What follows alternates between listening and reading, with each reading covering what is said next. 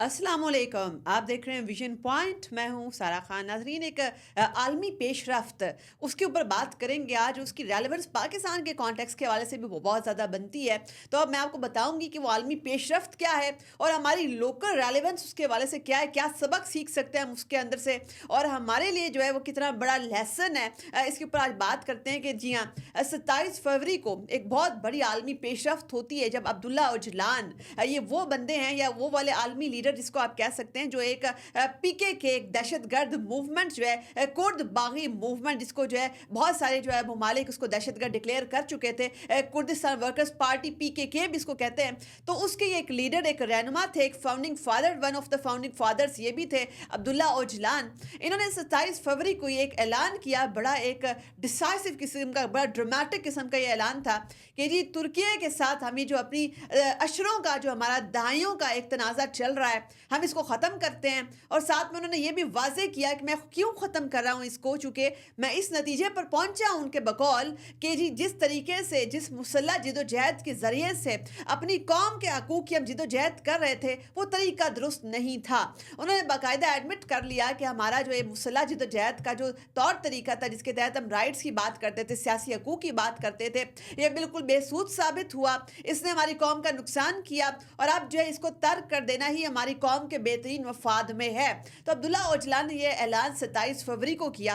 उसके बाद बाकायदा उन्होंने आहिस्ता आहिस्ता जो है ये कुर्दिस्तान वर्कर्स पार्टी के जो अस्करी विंग है, इनको जो है डिसमेंटल करना शुरू किया। अभी भी इसके ऊपर काम जारी है। उसकी जो अस्करी विंग है उसको लिक्विडेट किया जा रहा है और इसके तमाम के तमाम जो दहशतगर्द स्लीपर सेल्स हैं उनको इसका जो है वो डीएक्टिवेट किया जा रहा है, उनको बल्कि एनिलेट किया जा रहा है, उनको कम्प्लीटली ख़त्म किया जा रहा है। तो इसमें जो कुर्दिस्तान वर्कर्स पार्टी है वो इस नतीजे तक कैसे पहुंची कि वो जो एक ऐसा एक मंसूबा चाहते थे कि जी जनूब मशरकी तुर्की के अंदर एक कुर्दिस्तान, यानी कि एक कुर्दों की एक अलग रियासत का क्याम जो वो चाह रहे थे, वो क्यों नहीं उसके ऊपर उन्होंने मजीद काम किया, क्यों वो मुसल्लह जिदोजहद से पीछे हट गए। ये वाले सवालात तलाश करने बड़े ज़रूरी हैं क्योंकि इसकी रेलेवेंस हमारे बलोचिस्तान के साथ बहुत ज़्यादा इस वक्त आपको जो मिली जुली नज़र आ रही है। वो क्या रेलेवेंस है उसके ऊपर भी बात करते हैं, लेकिन सबसे पहले ये भी देखें कि जिस वक्त पीके को ये रियलाइज़ होता है कि जी ये बम धमाके करके पुरतशद्दुद रवैये टैक्टिक्स इस किस्म की करके दहशतगर्द कार्रवाइयाँ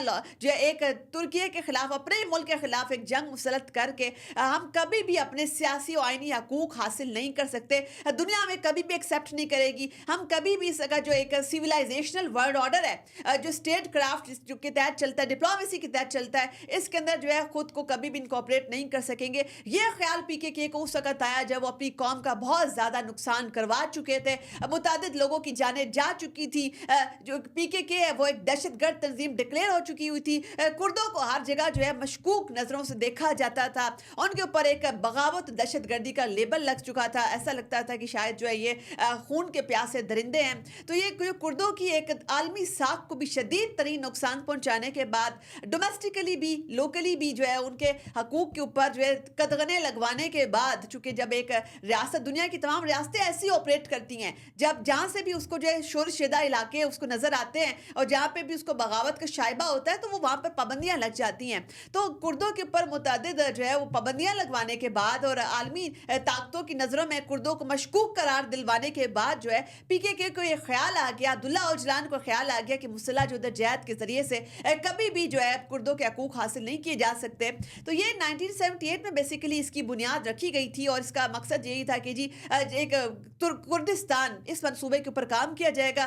जनूब मशरकी तुर्की कुछ थोड़ा बहुत जो है सीरिया का एरिया जो है मिला के एक रियासत बनाई जाएगी, कुर्दिस्तान इसका नाम रखा जाएगा। उसके लिए जो है ये पूरी दुनिया के अंदर जो है इन्होंने अपना नेटवर्क बिछाया हुआ था। ख़ास तौर पर ये जो है जब इनको शाम और इराक से निकाला जाता था तुर्की के प्रेशर के ऊपर, फिर ये अफ्रीका में जाकर अपनी कार्रवाइयाँ जो है और अपने जो स्लीपर सेल्स जो है वहाँ पर जाकर वो ले जाते थे, एक्टिवेट कर लेते थे। अच्छा, इसके साथ साथ हमने ये भी देखा है कि एक अभी रिसेंटली अक्टूबर के अंदर ही, जो लास्ट ईयर अभी अक्टूबर 2024 गुजरा है, अंकारा के अंदर जो है एक नेशनल दिफाई कंपनी के ऊपर एक हमला होता है। जो तुर्की की दिफाई कंपनी होती है, सरकारी होती है, उसके अंदर 5 अफराद हलाक हो जाते हैं। ये इसकी लेटेस्ट दहशतगर्द कार्रवाई है।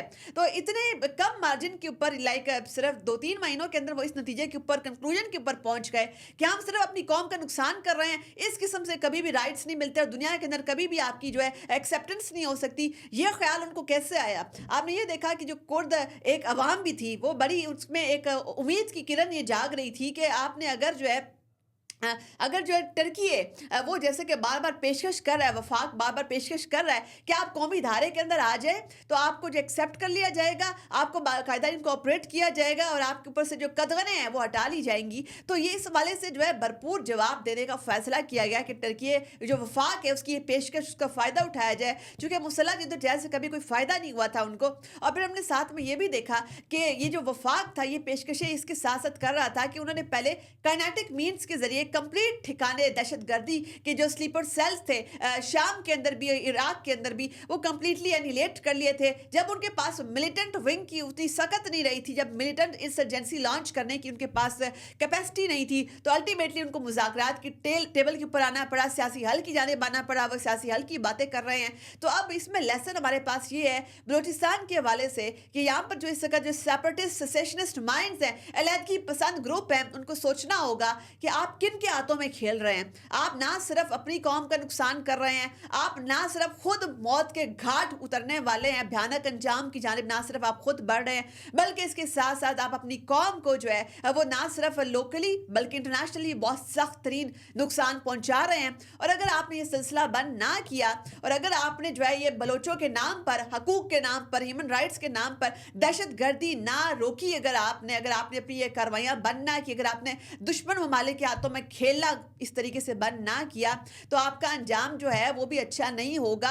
कोई भी दुनिया की रियासत इस किस्म की इंसर्जेंसी को बर्दाश्त नहीं करती। मिलिटेंसी का सिर्फ एक ही हल होता है, सबसे पहले उसको काइनेटिक मीन्स के जरिए से न्यूट्रलाइज करना होता है, उसके बाद ये सियासी हल के लिए राह हमवार होती है। हमारे सामने ये मॉडल टर्की और कुर्दों के दरमियान जो एक बाज़ाब्ता तौर पर मफाहमत हो गई है, ये मॉडल हमारे सामने बलूचिस्तान में भी बड़ा कारगर होता नजर आ रहा है। चूंकि आपने सबसे पहले जो दहशत गर्दों की कमर तोड़नी होती है, अगर जब तक दहशत गर्द अनासिर खून की होली खेलते रहते हैं तो उस वक्त तक उनको स्पेस मिल जाता है। ये अपीसमेंट के तौर पर जिसको कहा जाता है कि जी आप अपीस करें दहशत गर्दों को, उससे ये होता है कि वो मजीद जो है वो लीथल हो जाते हैं, मजीद उनको शय मिलती है कि हम इस किस्म की कार्रवाइयाँ करके रियासत को ब्लैकमेल कर सकते हैं। जैसे कि अभी साना जाफर एक्सप्रेस, वो भी इसी किस्म का एक सानिया था कि जिसके अंदर कोशिश की गई कि हम जो है लोगों को, औरतों को, बच्चों को ढाल बनाकर रियासत को ब्लैकमेल करेंगे। तो अब इस बलूचिस्तान के अंदर एक ग्रैंड ऑपरेशन का बड़ा सही, बड़ा डिसाइसिव मौका है, क्योंकि अगर जो है मजीद दहशत गर्दों को पनपने का वक्त दिया गया तो मजीद पता नहीं कितनी कीमती जानें ज़ाया हो जाएंगी। यह खून की होली खेलने का सिलसिला बलूचिस्तान में बंद होना चाहिए, एक डिसाइसिव ऑपरेशन होना चाहिए, इसके ऊपर तमाम पॉलिटिकल पार्टीज का कंसेंसस होना चाहिए। अभी भी जो है एक पार्लिमानी कमेटी जो है इन कैमरा इजलास उसका हो रहा है इस हवाले से, और उसमें भी यही पेशरफ्त हुई है कि जी इसके ऊपर जो है एक whole of the nation approach चाहिए होगी। तमाम पॉलिटिकल स्टेक होल्डर्स जो है और तमाम पूरी की पूरी सोसाइटी, पूरी नेशन इसको ऑन करे कि आपने किस तरीके से जो है ये मिलिट्री ऑपरेशन के बाद आपने बाकायदा एक सियासी डायलॉग का प्रोसेस जो है उसके लिए एक राह हमवार करनी है और एक सस्टेनेबल सोल्यूशन की जानिब बढ़ना है। बलोचों को वाकई में कौमी धारे में लाने की अशद ज़रूरत है और उसका सबसे पहला हाल यही है कि बलोच कौम परस्त जो है, इस किस्म के मफाद परस्त टोला जो है, दहशतगर्द नासिर है, इन सब से इजहार लाताल्की करें, इन सब को अपने से जुदा करें, उसके बाद पीसफुल तरीके से रियासत पाकिस्तान के साथ नेगोशिएट करें, मुज़ाकरात करें। आपका ही वतन है, आपकी ही रियासत है, और जिस तरीके से रेस्ट ऑफ द पाकिस्तान उनका जो बलूचिस्तान के ऊपर हक है, बलोचों का भी बाकी के पाकिस्तान पर उतना ही हक है। अपनी मेज़बान सरा खान को दीजिए इजाज़त। अल्लाह हाफ़िज़।